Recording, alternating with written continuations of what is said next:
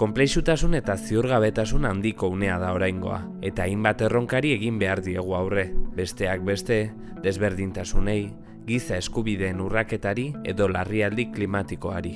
Egoera horiek pertsonak aurrez aurre jartzen dituzte, eta indarkeriaren bidez egiten zaie aurre. Hala nola, Palestinako herriaren genozidioa, edo Mendebaldeko Sahararen okupazioa eta espoliazioa.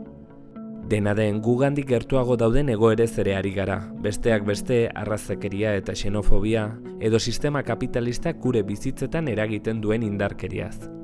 Horren aurrean, hezkuntza bakea finkatzeko faktore erabakigarria da, gure gertuko errealitatean baita testuinguru globaletan ere.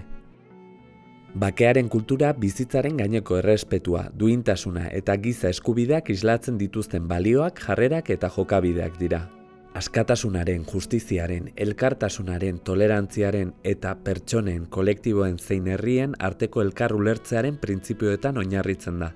Funtsezko premisa etiko bat du oinarri. Inork ez du bere helburuak lortzeko min emateko eskubiderik, eta indarkeria oro arbuiatzen du. Bakearen kulturaren helburua honako hau da. Pertsonak trebatzea errealitate globalaren azterketa kritikoak egiteko, indarkeria zalantzan jartzeko, eta indarkeria zen gatazka bereizteko.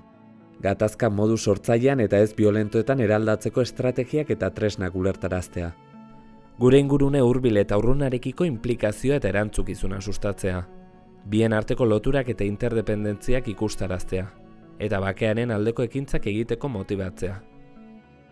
Denbora askoan zehar, bakea eraikitzeko eskuhartzeak prisma liberaletik egin dira. Eredu asistentzialisten, ongileen edo salbatzaileen bitartez. Bakearen kulturak eredu horiek gainditu nahi ditu dimentsio alduntzailetik, eta horretarako ideia hauek nabarmentzen ditu besteak beste. 2011an eta amaitu zenean, Euskadin bakearen kultura eraikitzeko agertoki berri bat sortu zen.